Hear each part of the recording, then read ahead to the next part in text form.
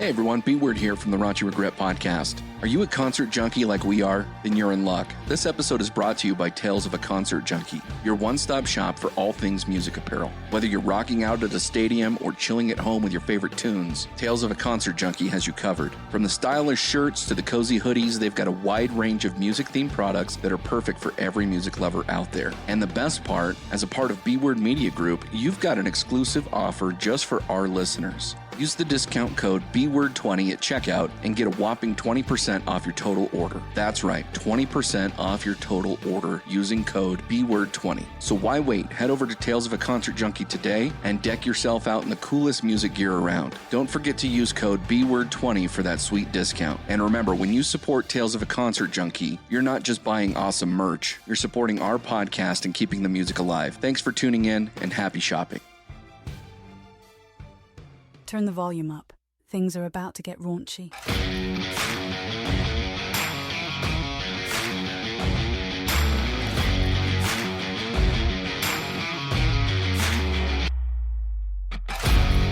Welcome into the Raunchy Regret podcast. This is B Word. I am here with a full crew tonight. A full fucking crew. I absolutely love it. Beezy, yeah. How you doing, dude? Man, I'm fucking great. Like Tony the Tiger. Tony the Tiger. Mm-hmm. Why are you great, man? Tell me about your week. Dude, it has been a doozy of a week. I got to live like the one percenters.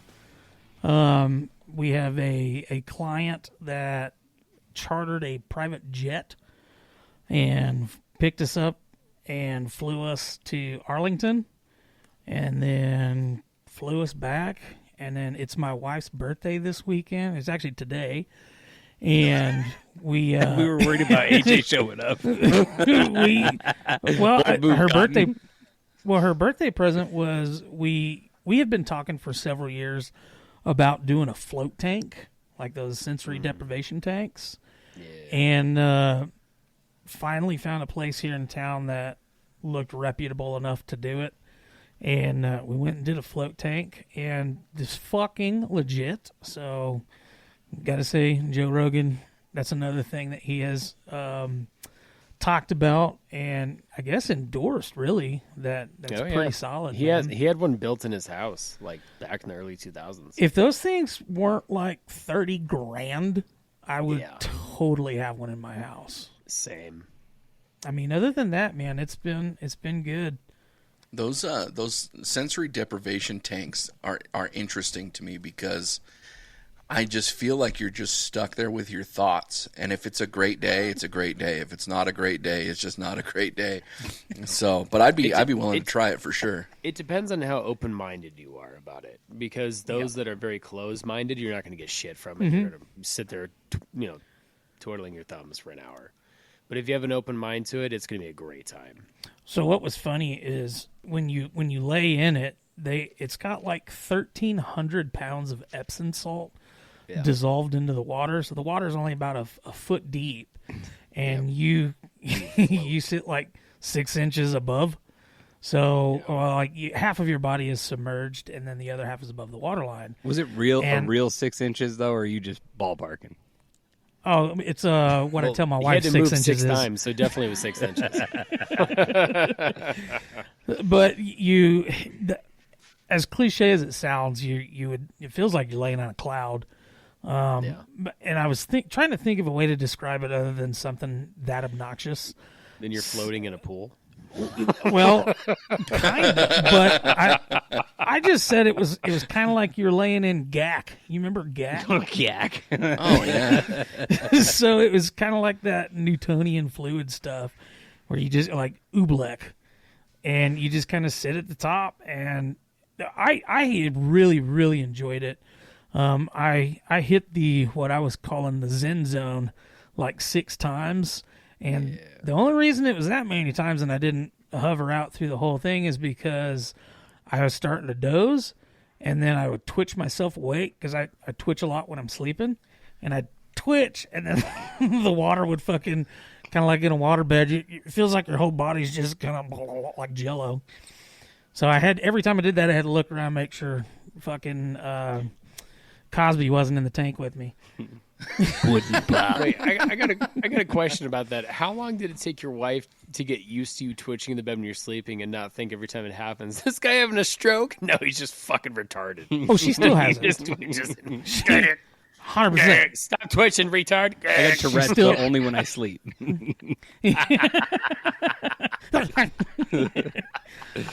And to answer that, she still thinks I'm retarded. Has never gone away. Yes. Fantastic. So, Stoned, you got a guest in town this week, and my understanding is you had a pretty badass weekend. Tell us about it. Yeah. So it started the weekend before when I called out of the podcast. I did not time things too well and realized I smoked way too late. And I looked at the time afterwards and I went, oh, shit. Okay. It's 5:30. And like usually, even if it's like crazy good weed, it only lasts like 2 hours tops. But still at that hour mark, if it's not good enough, it'll get on my system and I'm fine. But if it's good enough, it'll still be there and I don't want to risk it. And when it came time about 6:30, I was like, I can't risk it. Shit. So that's why I messaged you guys. I was like, I gotta bail out. But it was, I got like all my homework done super early, and in anticipation for Labar coming into town, we got the king in my house here now. Our liege has graced my presence. And then I had my mom fly in as well. Jordan came in on Friday night with the Gnome, so we had a little Dads and Dayquil reunion with the king. We went to see Wage War and nothing more. Had a great time at the concert. We watched the king get hit on by 3 separate people. One of them was a dude.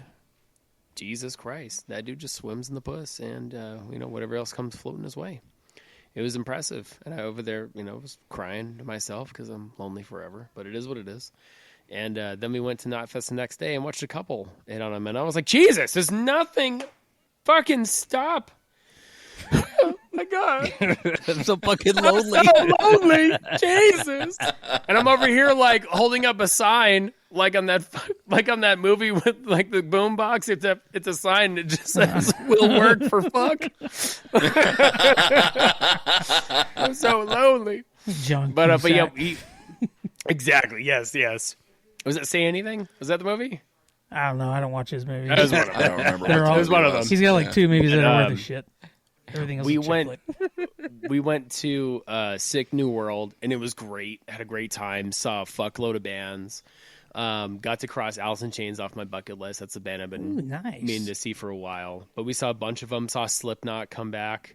They were in their half of them were in their like original masks, and the other half had like a couple of new ones. The new Sepultura drummer came in there, killed it. He's very much more Joy Jordanson type drummer than Jay was. And it's very, very much back to what the original sound was. And it was great. System of a Down came on, killed it as always. It was a great time. System of a And Down then, was there. yeah. You should have let we me know, you tried- dick. We Uber, like you would have came. Like, come on. Everybody knows about it. Maybe. Sick New World. There was like 80,000 fucking people. Yes. 80,000. There was actually more this year than there was last So year. it probably got close It to was 100. crazy. Oh, God. Easy. It was crazy because when we got in there, I was looking at all the people and I was like, holy shit, this is how many people it was at 4 p.m., 5 p.m. last year. And it's 11 right when it opened. This is crazy. But we had a great time. And then we tried to call an Uber to go back to Caesars because that's where Darius had parked his car. And we Ubered there. And the Ubers were not picking up. The Deuce was not working. The Deuce is the bus that goes up and down the strip all day long. And we were like, fuck it, let's just walk. And yeah, by the end of it, we had like so many fucking steps, so many miles tacked on. My feet were killing me. My legs were killing me. My back was killing me. Labar was limping. Darius was like, I'm half walking and half sleeping at this point. Like it was 2 a.m. when I got home and we got to the festival like at like 10:45, almost 11. And so it very well went like 14, 15 hours, and it was wild. But it was a great time as always. And then all day today, we just hung out in the pool, chilled out. By the way, the heater works in the pool. Oh, you got it. Oh, nice. Fuck What'd you yeah, heat it it worked, to? baby. I went to 78. Nice. Yeah, and you could probably just turn that bitch off now because it's supposed to really warm up starting this week. So Yeah. just give it that It was little like 70 juice. this morning. Yeah. It was like 70 this morning, and I was like, fuck it, let's turn it on. And it turned on. Oh, almost set a small fire inside the fucking thing. The pilot light came on, and it started working. I was like, wonderful. And then later on, my mom was like, do you have a fire going? And I was like, what? And I go over there, and you could smell like all the dead leaves that have accumulated in the bottom of that thing. And I was like, oh shit, it's on fire! Yeah. But it wasn't anything crazy, and if there was a fire in there, that was like probably real little, and it went out. But you could smell it. You could smell like a forest fire coming out of that thing. I was like, oh shit! I might want to turn this off. So Gnome, how was your week, man? And on top of that, how in the hell did you convince Dome to join you? Oh, I let him suck my dick. First and foremost. Okay, so my week was good. Pretty good week to work week, whatever. And then the conversation started on Monday. Monday, I text Dome. I said, hey, here's your reminder. Mind you, I had screenshotted my messages from back on March 1st. Okay, March 1st. You showed him the receipts. I didn't show him the receipts. I had them ready. I showed AJ the receipts, so I said, I got these bad boys ready for when he fucking pops off at me. So I texted him. I said, hey, just a reminder, this Friday is that concert I told you about 2 months ago, and LeBar's going to be in town. And it went back and forth, and he goes, yeah, I'm not questioning that you told me 2 months ago. I remember you telling me. And I was like, okay, so get your fucking ticket and let's go. Like, we're going, right? And he goes, I'm just not feeling it. And I'm like, what do you mean you're not feeling it? Grow the fuck up. It's LeBar. You've never met this guy, and you legally have to meet this fucking guy. And he was just looking for excuse after excuse after excuse. And then I told AJ, I said, well, what's going to happen is either one of two things. He's going to text me later tonight. This is on Thursday. He's going to text me later tonight and say, I bought the ticket, I'm going. Or he won't talk to me until Friday when I'm almost to the dam, and he'll text me and say, hey, what time are you leaving to Vegas? And I'll be like, I'm at the dam already. I told you when I was leaving 2 days ago. And then he'll play it off like a salty little girl that he is. Well, then I got that text on Thursday night, hey, I bought my ticket. We'll ride together tomorrow. And I'm like, yeah, that's what I thought. That's what I fucking thought. One of the highlights, other than meeting LeBar and getting to see a great fucking show and all of us being together, is I've been talking to AJ in the background about wanting to engage again in some extracurricular activities. So then one of the funniest moments was, which I don't think had anything to do with it. I told this to B-Word already on the phone, but I'll say it again. We go to get In-N-Out afterwards, and In-N-Out's close to AJ's house. This particular In-N-Out that we're going to, there's fucking millions in Vegas, right? So we go to In-N-Out, but everything's around, and I'm like, Jesus Christ, I wish I lived in this parking lot. I'm like, you got In-N-Out, you got a Popeyes, you got an Island, you got the Island Grill thing, you got Costco hot dogs, you got Cane's just down the street. Like, you literally fucking have everything. And AJ just turns around from the front seat and goes, the pen's working, huh? And I'm like, no, I'm just fucking fat and hungry. But yeah, it's working too. That pen is working its magic. But yeah, and then we had a great time, and then woke up Saturday. We all went to breakfast before we headed back to Kingman, and before AJ and LeBar headed to Sick New World. So, and then I've just done yard work all day yesterday and today. Like, good yard work, though. Like, nothing too terrible. It's been fucking gorgeous outside. It's like mid-70s yesterday, upper 70s today. So, like, if the wind stops blowing, the sun's fucking hot. So for people who didn't follow Dads on Dayquil, you guys have to talk about the greatness of LeBar and who LeBar is. Okay. So there's probably a lot of people here listening to Raunchy that don't know who LeBar is, but both Bleach Bros and Dads on Dayquil absolutely love LeBar, and then Beezy here will get to love LeBar as well. I already love him. So to my knowledge, LeBar found us around episode 3 because by random fucking luck, him and AJ were in the same Facebook group, whatever the group was. I don't remember what that is. It was the meme library. Okay. And it was actually because of Darius, because Darius went to college with one of those guys. We were talking about it last night, and I was like, I don't know how I got invited into that group. And Darius was like, I invited you because I went to school with so-and-so. And LeBar goes, I went to school with so-and-so. That's how I was in the library. It was crazy. But yeah, it was this big old meme group we were part of. Yeah. And so episode 3, this guy, AJ, posts in the comments of something, he posted a link to the podcast. So LeBar checked it out, and it was Roast My Mustache. Oh, that's right. It was Roast Mustache, and I was like, roast it. Yes, it was the Roast the Mustache. That's exactly what it was. Good recall on that one. And then we were going to read, and then AJ read some of his favorite responses on the show. Yeah. Well, then LeBar immediately, since then, got hooked on the podcast, became our number one fangirl, and which we totally supported. He was shouting us out on the CB radio to other truckers in different states. He was like, Breaker 1-9 coming around the bend now. Also, listen to Dad's on Tickled podcast if you can. Over. He was writing it everywhere he went in mirrors, like steam. Yeah, he'd do it with like steam after a shower in a truck station. Like just fucking, like I think he came Dad's on Dayquil on a lot lizard's chest one time and sent us a picture. Like it kind of is everywhere, but. Yeah, he treated us like we were the fucking granddaddy of them all, and we had nothing but respect for LeBar and loved that guy.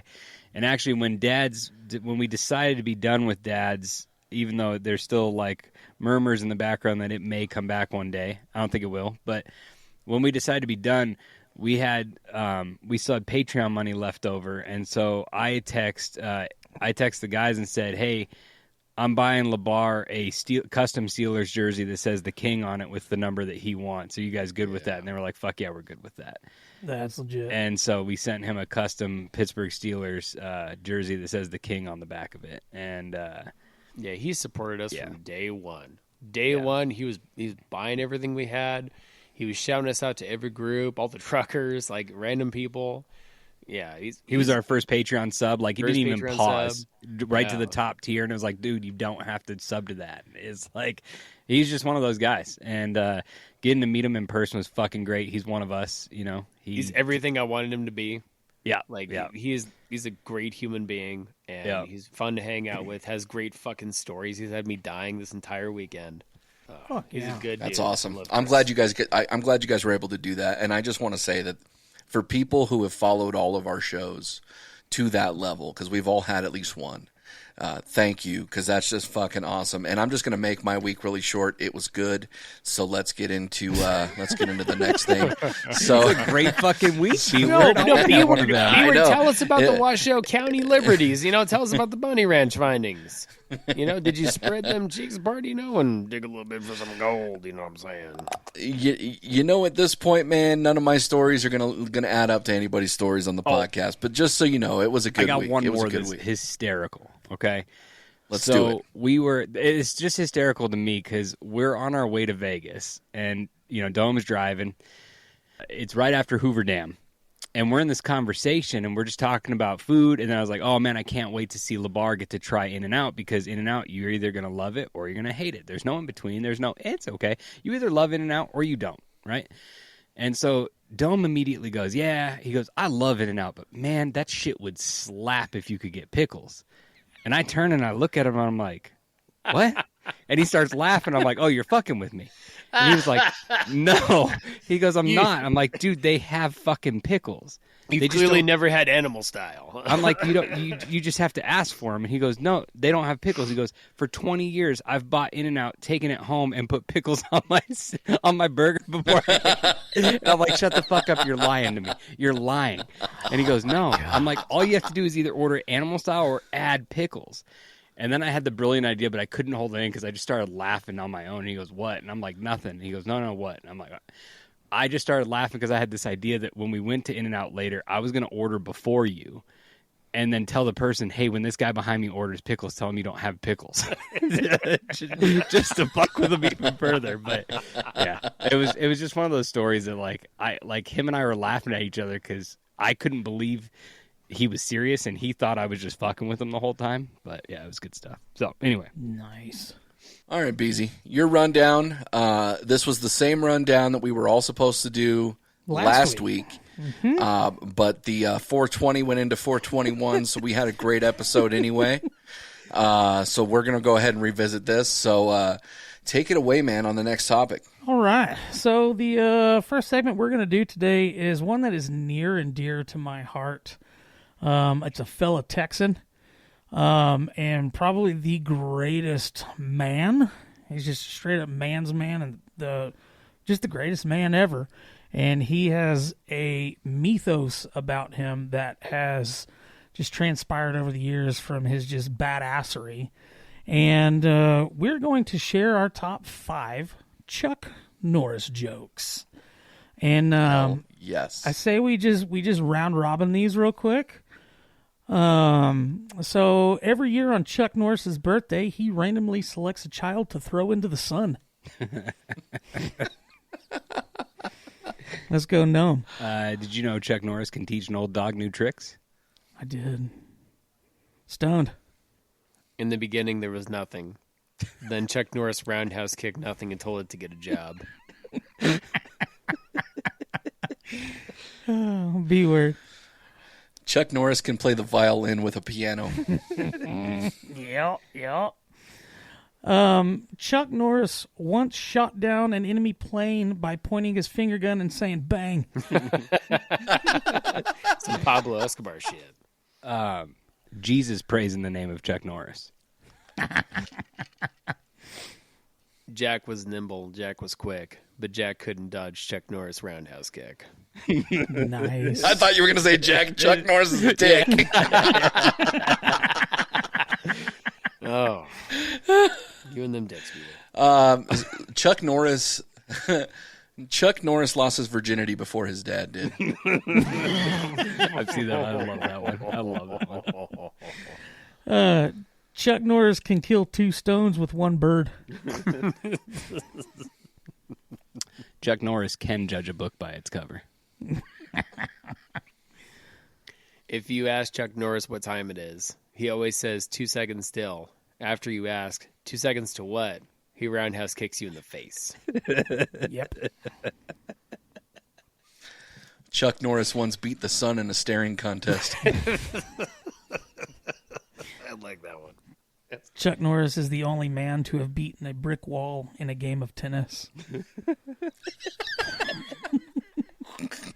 Did you guys know Chuck Norris can speak Braille? I love that one. Did you guys know that Chuck Norris plays Jenga with Stonehenge?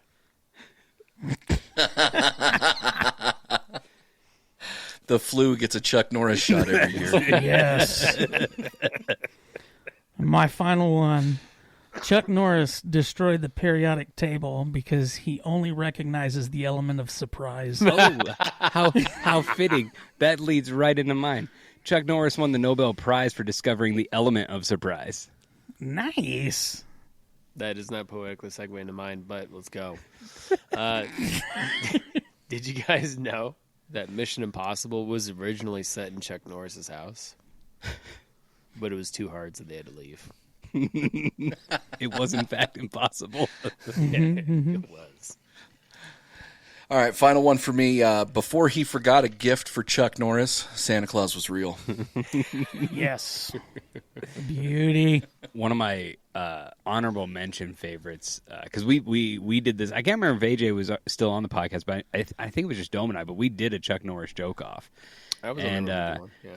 One of my favorite ones was Chuck Norris doesn't go hunting. Hunting implies that you may fail. He goes killing. He goes killing.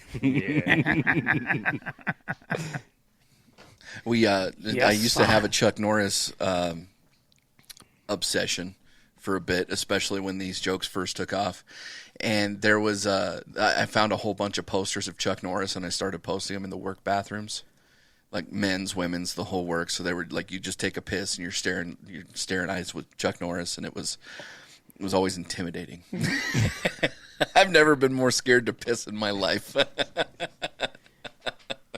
You definitely make sure to wipe the seat. Catch a roundhouse from a picture. Sir, you know you're not supposed to wipe down the urinal, right? Shut the fuck up. You know, I don't want to He's have to. I gonna don't want to kill risk it. you. I'm just going to sit down and pee on this one. I don't want to risk it. I'm just going to eat the biscuit. Did Chuck Norris tell you guys to use the bar of soap that's in the urinal too? No. Oh my God. All right, so we're going to go into our next segment, and that is...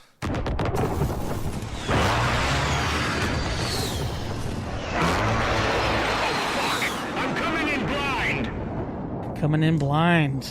I've got one that is always, I mean, I'm pretty sure it's on everybody's list, but we're going to do 3 movies that did not hold up from your childhood.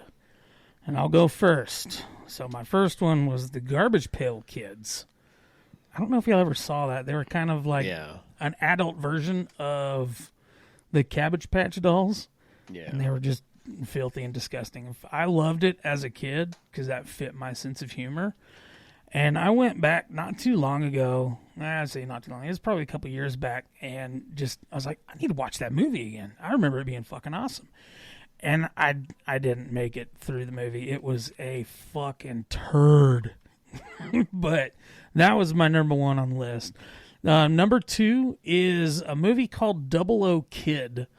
This was like a B movie. I think it was like a straight to VHS. And it was about this, like, the premise is really good. It was a kid who played video games a lot, and he got kind of Mission Impossibled into this game house. And it's got, what's his face that's from Princess Bride, Inconceivable.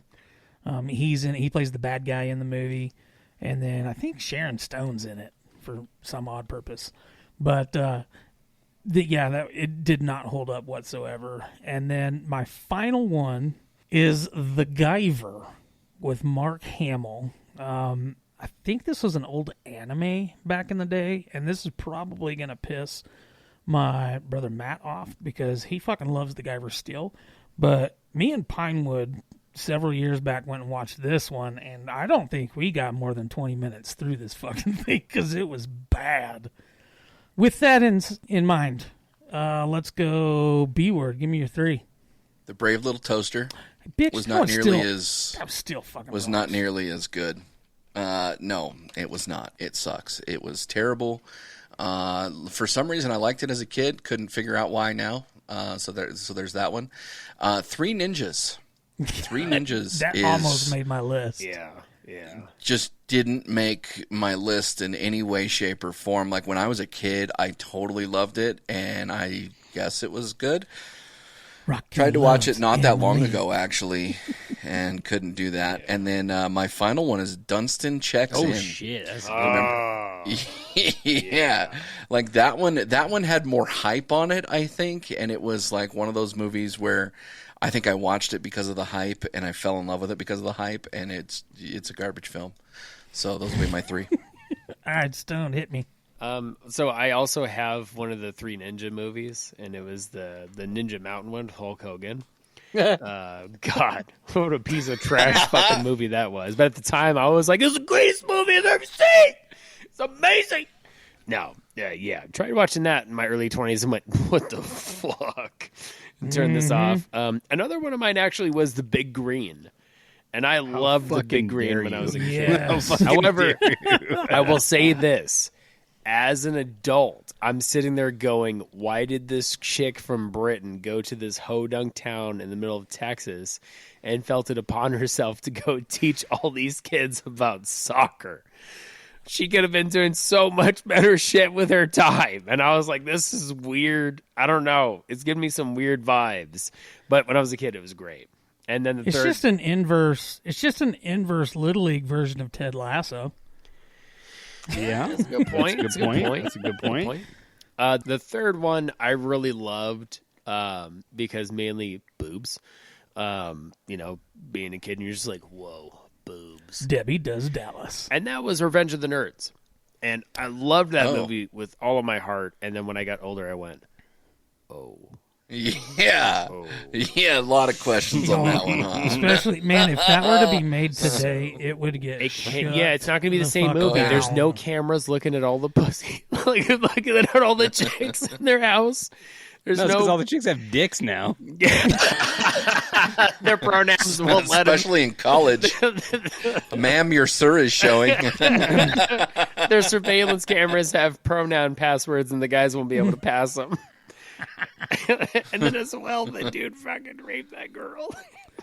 I know. Watching it as a kid, I was like, whoa. That dude made a bold move, and he got the girl out of it. And now I'm like, that's a charge. Oh, yeah, that was right. And some. And, of course, Porky's, but that's, given in that same thing. Yeah. Mm-hmm. But then again, I was really never into like- Porky's when I was a kid. I was like, I used to watch all those old movies with my dad, and Porky's was always the one where I was like, this movie's boring as fuck. Like a couple of scenes, you were like, ooh, but then the rest of it, you're like, whatever. Gnome, what you got, Bubba? So I'm gonna go a couple different angles here. The first one was a movie that flopped as a child because it's the theory of two, as B Word's old partner would say. You had Rookie of the Year, which was fucking phenomenal, and then you had Little Big League that came out the same fucking time. And most people don't remember Little Big League because it was nowhere near as good as Rookie of the Year. Nope. Yeah. And so Little Big League makes the list. And then I personally I think I could still watch them. I don't know if I could or not. I guess I'd have to get them. But I would say probably any Jean-Claude Van Damme movie from back in the day. Minus maybe Bloodsport. Or a Seagal movie. Like Street Fighter. I used to watch all the fucking Van Damme movies, and I don't think those would hold up nowadays. And then last one, kind of going on AJ's train of thought for this one, especially it came out in 2001, so I'd have been anywhere like my freshman or sophomore year. And Shallow Hal. I don't think that one's held up too well with the mindset of how it was made, and nowadays, like, that just wouldn't fly. It just wouldn't fly. Different time. Yeah. The one that I will argue against is American Pie. Like, there's a lot of people that talk about American Pie couldn't be remade, and I agree with that. Like, American Pie shouldn't be remade, but for our generation, you cannot take away the effect that American Pie had on us in a positive way. I'm not talking about just different things. Honest, just like, whenever someone says like, "Oh, like American Pie can't be remade because it was a bunch of guys trying to fuck and they don't care about the women," that's gonna be since the dawn of fucking time. Like, even that's today. I watched it in the mall the other day. I went, "That's the new generation of what I used to be." Like, it's always gonna be that way. So like, whenever I hear that argument, like for someone saying that it can't be made because it's about dudes trying to fuck, I'm like, dude. I think that they're more talking about like the girl being filmed when she's stripping and then broadcasting it on the internet. I think that's probably the big issue. They do it themselves. She's been doing that. That's a good point. That's a good point. But I will say, like, Animal House as an example. Like, there was Donald Sutherland was one of the professors, and he was sleeping with one of the students, and like, I didn't understand the concept of that back then. And like, I know we all joked growing up, like, oh yeah, it'd be so nice to have a hot teacher to sleep with and all that sort of stuff. And honestly, I probably would have never opened my mouth had that happened, and I'd just accepted my A. But I also understand now, like, on the parental side, how fucked up that is. And like, or that guy that went upstairs with that girl and she passed out, and the devil and angel popped up on his shoulders about fucking her in her sleep, and you're like, oh.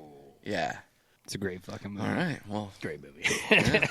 The fucking mustard on the chest. Always. That and the acoustic guitar against the wall will forever send me into tears. Oh, sorry. It is funny, though, like when you look back and you look at the edginess throughout decades, and there's just no edginess anymore. There's edginess in different ways. Everything's so fucking PC, but like the 80s, the 90s, and then the like till 2000 and probably like 7, maybe 2010. But definitely still had it through those early 2000s to the mid 2000, like 5, 6 era. And then it just fucking died. Everybody just became fucking Nancy-fied. Bitches. Yeah. Bitches. Yeah. Well, let's go ahead and pause for a break, and we'll be right back. Cool.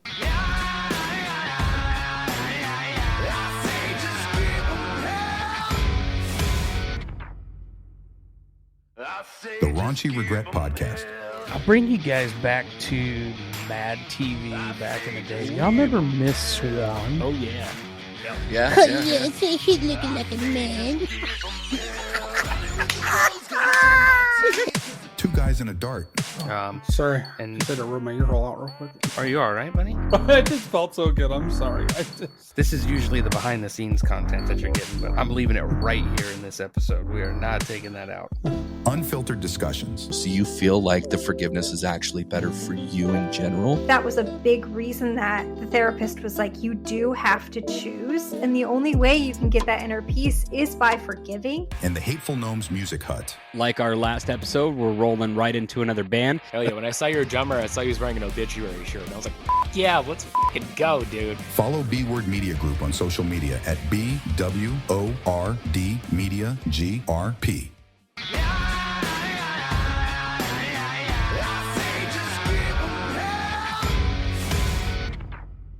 Are you boys ready for this shit? Fuck? Did you slick right, back your hair? He sure did. I am in game show host mode, my friends. And I'm I've Alan. even got my I've even got my tie mic. What the fuck? So you guys are welcome. I hope you guys are prepared for this fucking bitchin' of a game. Firstly, I want to welcome you guys. Well, hold on. You want to bring in the episode back? No, we're in. We're in. Okay. It's coming. You welcome in. tight clipped a goddamn microphone from a gaming headset. It is 100. It is an old Xbox 360 headset. Please tell me you asked your wife if this looks good, and she went, "Sure." Oh, she helped me. Who do you think did my hair?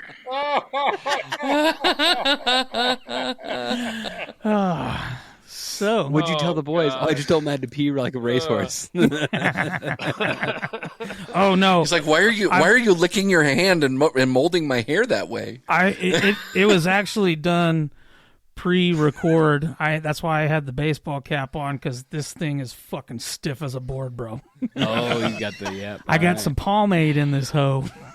It's beautiful to know that you did your hair with pomade at 9:43 your time on a Sunday Yes. night just for us.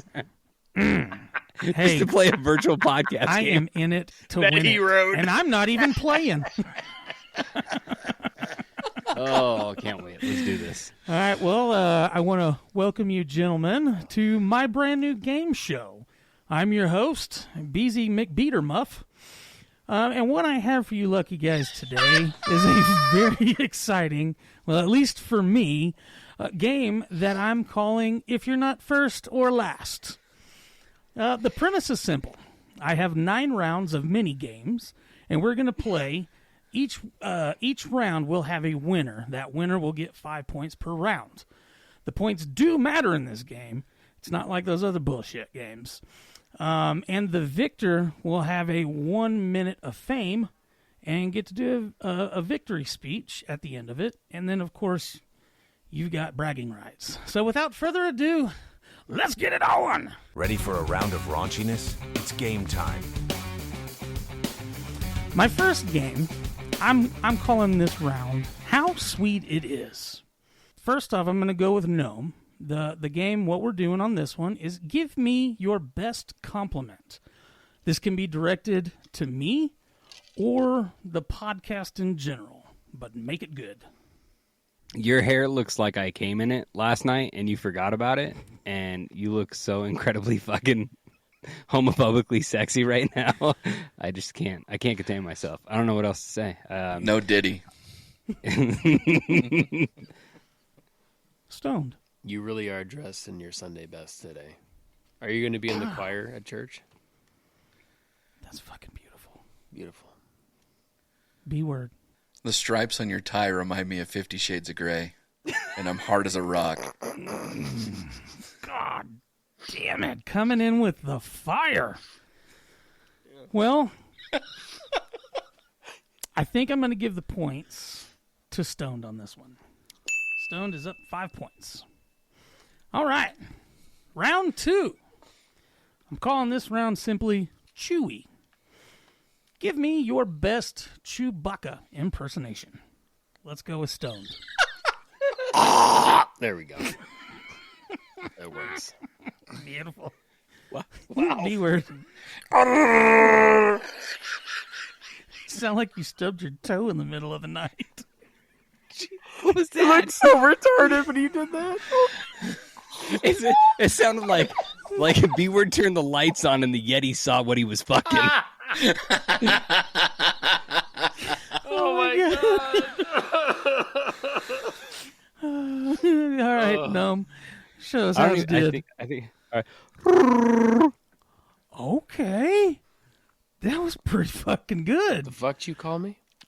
So I can't repeat that in podcast. I think pretty handily the points go to B word on this one. Excellent. Excellent. All right. Round 3. I am calling this round organizational skills. Currently, how many unread emails do you have in your inbox? Now, if you need to check on the browser for an exact count, please do so now. I know I have Gmail, and it'll just show 99 plus if I've got more than 99. 4,063. Like, for reals? Yeah. Jesus Christ. You know, I'm so upset right now because I just cleared mine because I had no space to send emails 2 weeks ago, and I had 61,000. Nice. What? But it was dating back to like probably 2007. His Girls Gone Wild was way at the beginning. It took a whole day to clear my thing. So my current count is 978. Okay. And that's 4 different emails combined. Before my 4,000, I had 17,000, and I just declared email bankruptcy a little bit ago, like about a year ago. I declare bankruptcy. I don't think that's how it works, Michael Scott. B-Word's going to have like 7. Yeah, he's really good. I have no unread emails. You have 0? He's got like 40 0. folders. All going to him. Shit. That's B-Word. Yeah. How do you have 0? I mean, I have. He's like that with his notifications, too. As soon as the notification comes in, he clears it. Like, everything is up to date in his phone all Yep, the time. have to. Oh, my God. Well, congratulations. This round goes to Gnome. Hey. Nice. Looks like we're all tied up. We're all tied. Round 4. And I'm calling this round Rice to Away, please. So,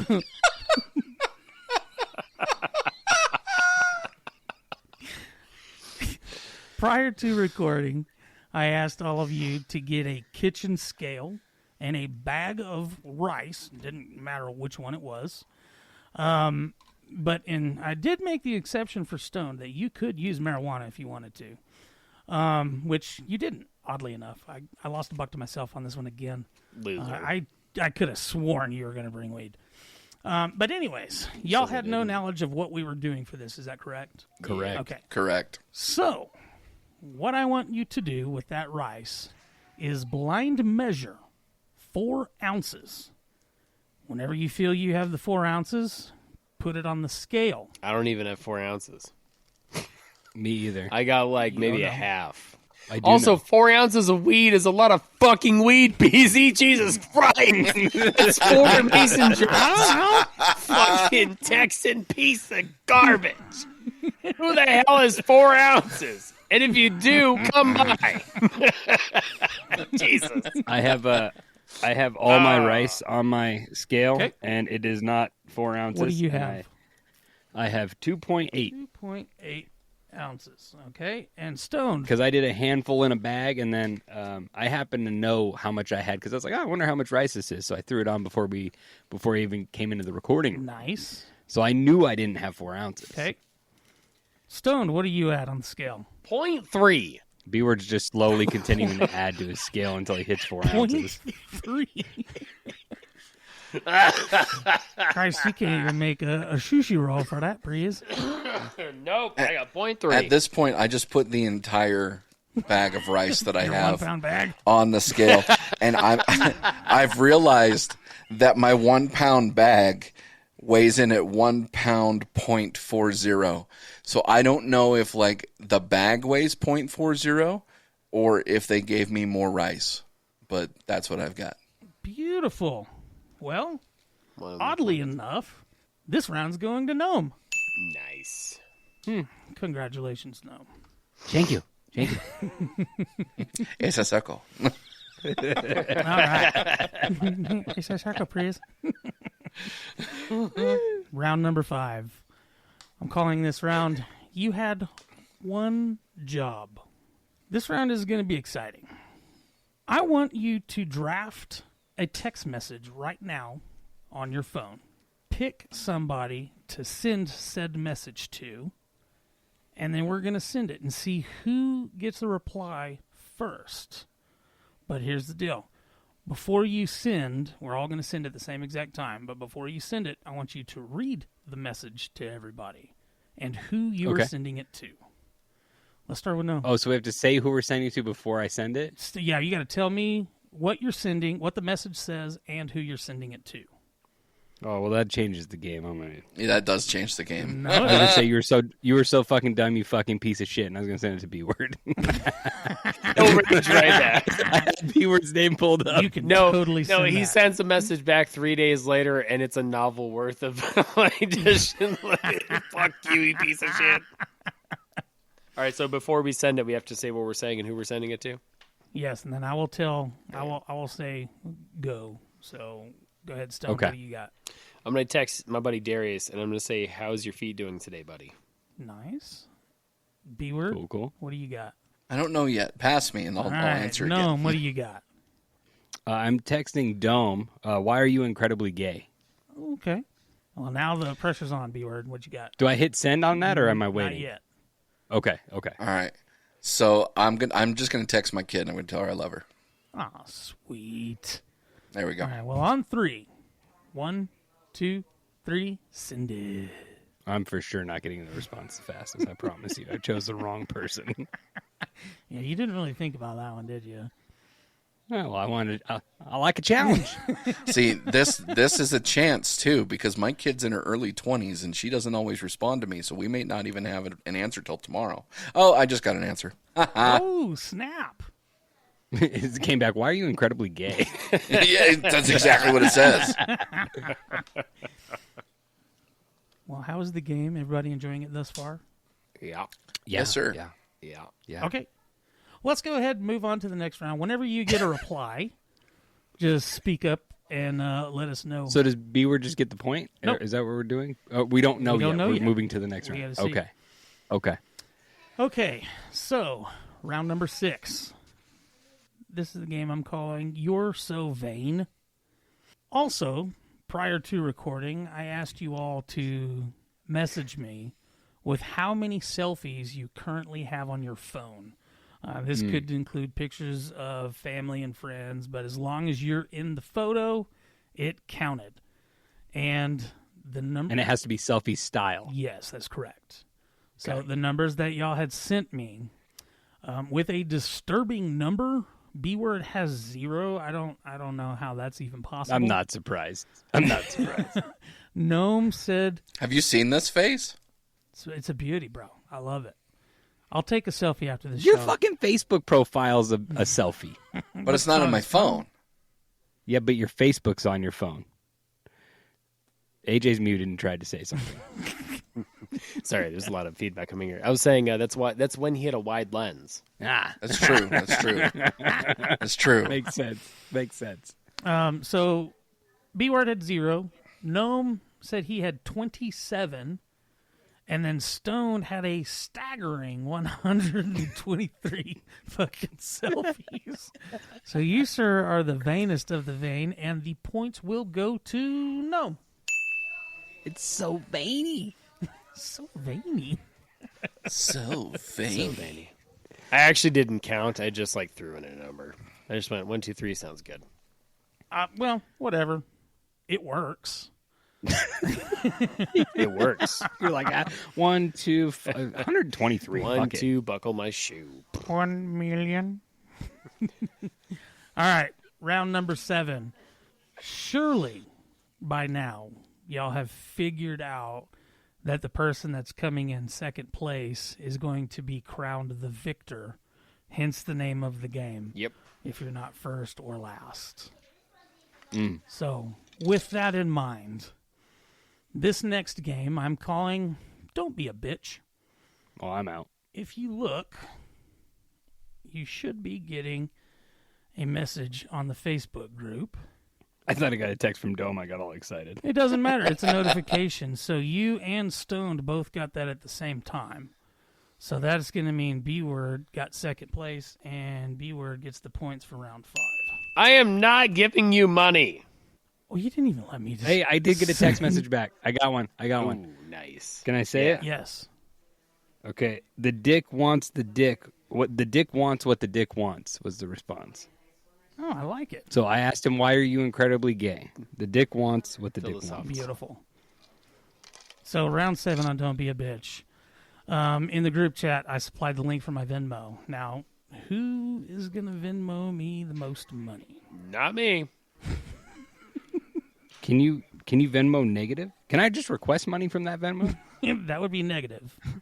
He's been living in Waco a little too long.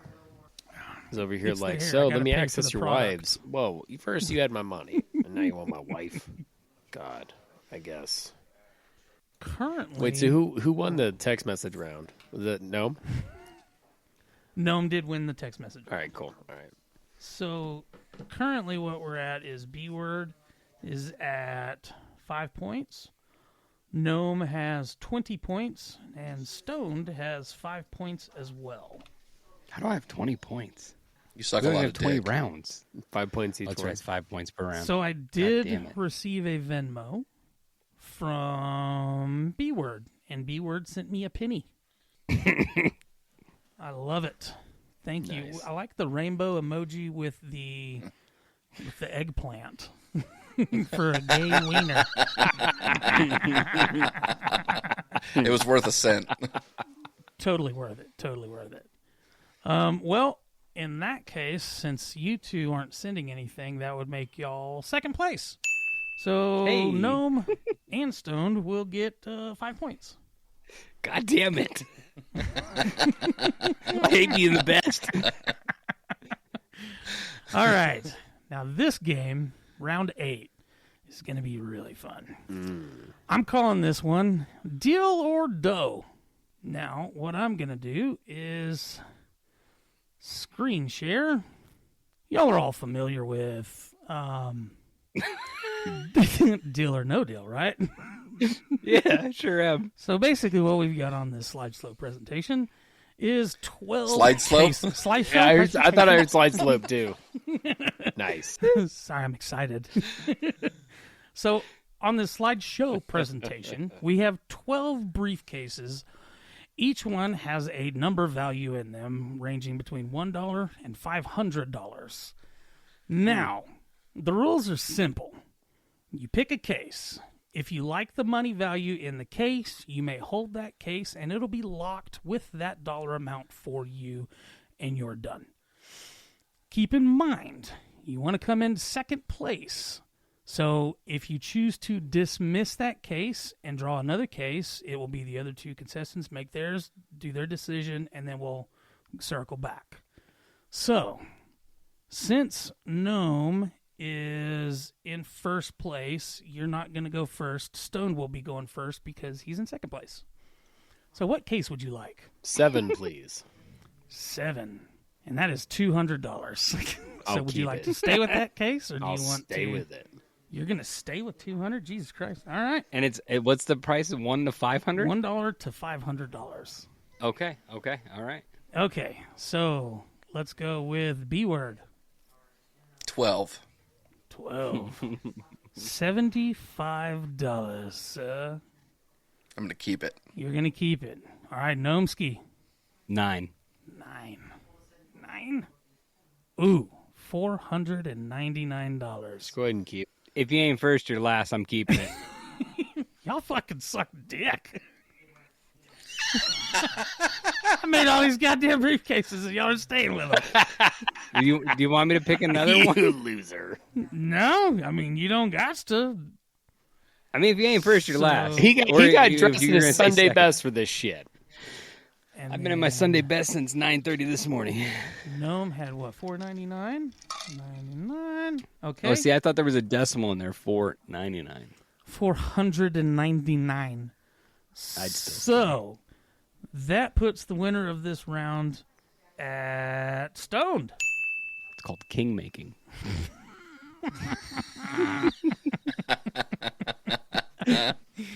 All right. Well, for the last and final round, I'm calling this one Know When to Hold 'Em. I want you three to gamble your points. Y'all should be familiar with this process. And just as a preface, B-Word's got 5. Gnome, you've got 25. And Stoned, you have 15 points. Negative values will be disqualified, and you can't wager more points than you have. So, here's the caveat. Are you allowed to wager 0? You can wager 0. What? But the caveat to this, whoever has the second place in the wagered points gains those points. Whatever everybody else wagered will lose those points. So, with that in mind, Gnome, how many are you going to wager? Wait. And this is to gain points? Maybe. I'm gonna wager 10. Fuck it. 10 points. Okay. Stoned? 0. 0. Okay. B-Word. I'm going to do 1 point. 1 fucking point. All right. So. Oh, this is so good.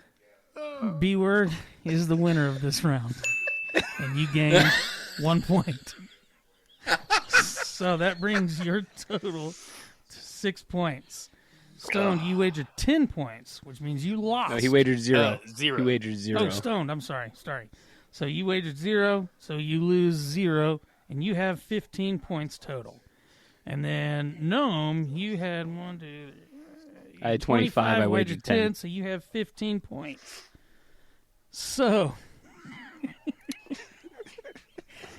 as luck would have it, we have a tie for first place with Gnome and Stone. So that means the winner of our game with 6 points is fucking B-Word. B-Word. Technically, no. Because if there's a tie for first, that makes B-Word third place, not second. Well, not for the rules of my game. I'm saying there's a tie for first, and then the next okay. available position is second. Yeah, try explaining that into an orgy. See how far you get.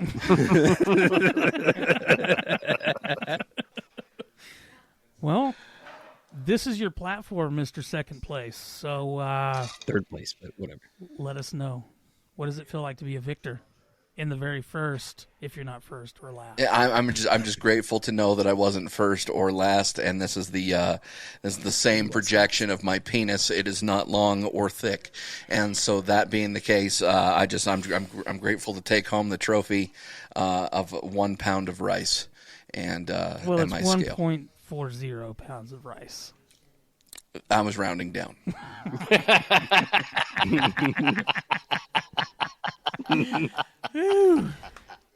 Well, congratulations, sir. You now have the bragging rights. And I want to thank you guys for joining me on this fucking wonderful game that I spent a lot of time figuring out, and you cocksuckers didn't do more than goddamn 1 case. I mean, it's just lovely knowing we had Alan from The Hangover hosting this lovely game. It's like 1,000%.